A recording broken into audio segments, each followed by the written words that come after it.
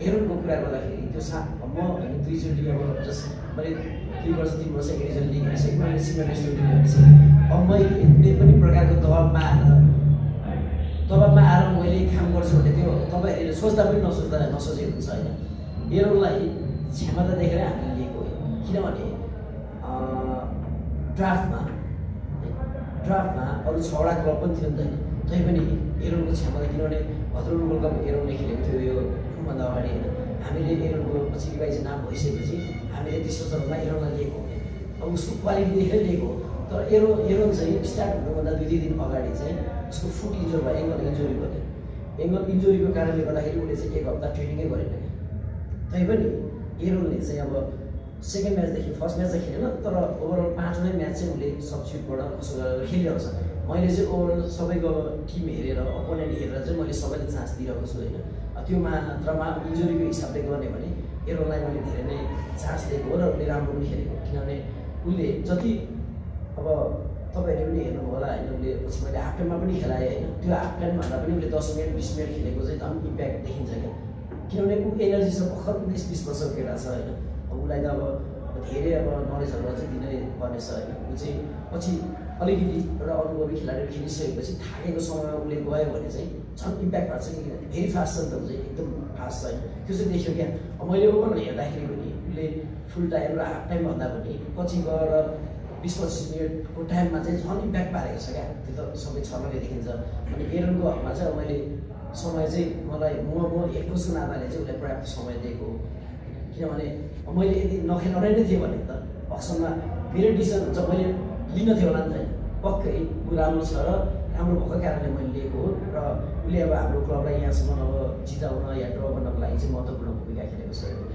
तर अब सामाजिक सञ्जालमा अब होइन, अब सानो अब कहिलेकाहीँ हुन्छ होइन। उसले अब खास मैले भन्न खोजेको अरू कुरा हो, त्यो बोलीमा चाहिँ त्यो उच्चारण चाहिँ नमिलेर त्यस्तो हो गाली गर्नुहुन्छ होइन। अब म छक्क पर्छु कि अब एउटा पोजिटिभ गाली आयो भने चाहिँ टिमको लागि र हेरोनको लागि सबैको लागि भन्नु टिमको लागि। अब हेरोन र म अब यसरी गाली खाइरहँदाखेरि हेरोन म त एकदम भयङ्कर दुश्मन जस्तो हो नि त। तर हामीमा केही छैन फेरि, तर गाली चाहिँ आइरहेको छ। म छक्क पर्छु क्या। हेरोन र म अब हामी यतिकै एउटा टिम हुन्छ नि जो क्लोजमा छौँ क्या, हामीलाई त्यो उयसमा केही असर गरेको छ। तर गाली चाहिँ अब हामी दुईजनालाई पुरै वार भयो जस्तो खालको आइरहेको छ क्या। म अब हेरोनको फ्यानहरूलाई, यो झापा एफसीको फ्यानहरूलाई पनि होइन चाहन्छु पोजिटिभ तपाईँहरूले मेसेज गरिदिनु होला होइन। त्यसले गर्दाखेरि टिमको लागि र खेलाडीको लागि पनि अब पछि उनीहरूलाई चाहिँ माथि उनीहरूलाई चाहिँ मद्दत चाहिँ हेर्नु नभएर प्रतिभाशाली खेलाडी त्यो त हामीले यहाँ खेल्दाखेरि देख्यो नि त। 2 वर्ष अगाडि हेर्नु त एडिसन लिग खेलेको नि त, धेरैलाई कम थाहा छ होला। तर अहिले यहाँ आएर एडिसनमा त हेर्नुको एउटा बेग्लै हाई फोकस छ होइन, त्यसको पर्फर्मेन्स हेरौँ। र अब जाँदै म चाहिँ होइन अब सम्पूर्ण झापा एफसीको फ्यानहरू होइन, मेरो बोर्ड मेम्बरहरू, झापा एफसीको अनरहरूलाई चाहिँ सरी भन्न चाहन्छु होइन। मैले चाहिँ क्वालिफाई गर्न सकिनँ टिमलाई होइन, म त्यसको लागि चाहिँ सरी भन्न चाहन्छु। अनि हाम्रो सबै खेलाडीले विशेष त विनरहरूले सबैले प्लेइङमा चाहिँ पाइरहेको छ क्या। मैले पनि अब हेरोनको कुरा गर्दाखेरि त्यो म होइन 2 चोटि अब जस्ट मैले 2 वर्ष 3 वर्ष एडिसन लिग हेरिसकेँ, मैले सिनियर नेसनल टिम हेरिसकेँ। अब मैले कुनै पनि प्रकारको दबाबमा आएर मैले काम गर्छु भने त्यो तपाईँहरूले सोच्दा पनि नसोचेको हुन्छ होइन। हेरोनलाई क्षमता देखेर हामीले लिएको होइन, किनभने ड्राफ्टमा अरू 6वटा क्लब पनि थियो नि त होइन। तैपनि हेरोनको क्षमता, किनभने भद्रौली वर्ल्ड कप हेरोनले खेलेको थियो यो भन्दा अगाडि होइन। हामीले हेरोनको पछि रिभाइज नाम भइसकेपछि हामीले तेस्रो चरणमा हेरोनलाई लिएको हो। अब उसको क्वालिटी देखेर लिएको हो। तर हेरोन चाहिँ स्टार्ट हुनुभन्दा 2-3 दिन अगाडि चाहिँ उसको फुट इन्जोर भयो, एङ्गल इन्जुरी भयो। एङ्गल इन्जुरीको कारणले गर्दाखेरि उसले चाहिँ 1 हप्ता ट्रेनिङै गरेन क्या। तैपनि हेरोनले चाहिँ अब सेकेन्ड म्याचदेखि फर्स्ट म्याच चाहिँ खेलेन, तर ओभरअल 5वटै म्याच चाहिँ उसले सब्स्टिट्युटबाट कसो गरेर खेलिरहेको छ। मैले चाहिँ ओभरअल सबैको टिम हेरेर अपोनेन्ट हेरेर चाहिँ मैले सबैले चान्स दिइरहेको छु होइन। त्यो मात्रमा इन्जुरीको हिसाबले गर्ने भने हेरोनलाई मैले धेरै नै चान्स दिएको हो र उसले राम्रो पनि खेलेको, किनभने उसले जति अब तपाईँहरूले पनि हेर्नुभयो होला होइन। उसले पछि मैले हाफ टाइममा पनि खेलाएँ होइन। त्यो हाफ टाइमभन्दा पनि उसले 10 मिनट 20 मिनट खेलेको चाहिँ झन् इम्प्याक्ट देखिन्छ क्या। किनभने ऊ एनर्जी छ, भर्खर 19-20 वर्षको केटा छ होइन।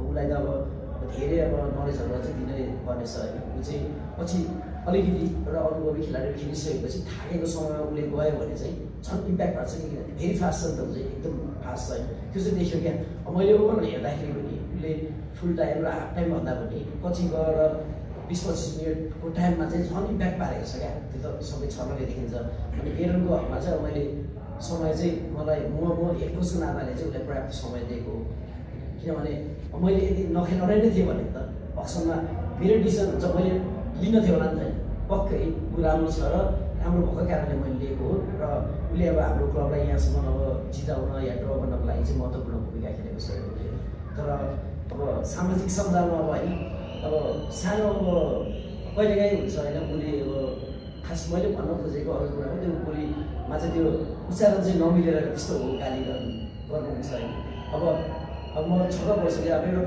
पोजिटिभ गाली आयो भने चाहिँ टिमको लागि र एरोनको लागि सबैको लागि भन्नु टिमको लागि अब एरोन र म अब यसरी गाली खाइरहँदाखेरि एरोन म त एकदम भयङ्कर दुश्मन जस्तो हो नि त तर हामीमा केही छैन फेरि तर गाली चाहिँ आइरहेको छ म छक्क पर्छु क्या एरोन र म अब हामी यतिकै एउटा टिम हुन्छ नि जो क्लोजमा छौँ क्या हामीलाई त्यो उयसमा केही असरै गरेको छ तर गाली चाहिँ अब हामी दुईजनालाई पुरै वार भयो जस्तो खालको आइरहेको छ क्या म अब एरोनको फ्यानहरूलाई र झापाएफसीको फ्यानहरूलाई पनि होइन अब म भन्न चाहन्छु होइन पोजिटिभ तपाईँहरूले मेसेज गरिदिनु होला होइन त्यसले गर्दाखेरि टिमको लागि र खेलाडीको लागि पनि अब पछि उनीहरूलाई चाहिँ माथि उनीहरूलाई चाहिँ मद्दत चाहिँ एरो नभएर प्रतिभाशाली खेलाडी त्यो त हामीले यहाँ खेल्दाखेरि देख्यौँ भने त 2 वर्ष अगाडि एरो त एडिसन लिग खेलेको नि त धेरैलाई कम थाहा छ होला तर अहिले यहाँ आएर एडिसनमा त एरोको एउटा बेग्लै हाई भएको छ होइन त्यसको पर्फर्मेन्सहरू र अब जाँदा म चाहिँ होइन अब सम्पूर्ण अब झापा एफसीको फ्यानहरू होइन मेरो बोर्ड मेम्बरहरू झापा एफसीको अनरहरूलाई चाहिँ सरी भन्न चाहन्छु होइन मैले चाहिँ क्वालिफाई गर्न सकिने टिमलाई होइन म त्यसको लागि चाहिँ सरी भन्न चाहन्छु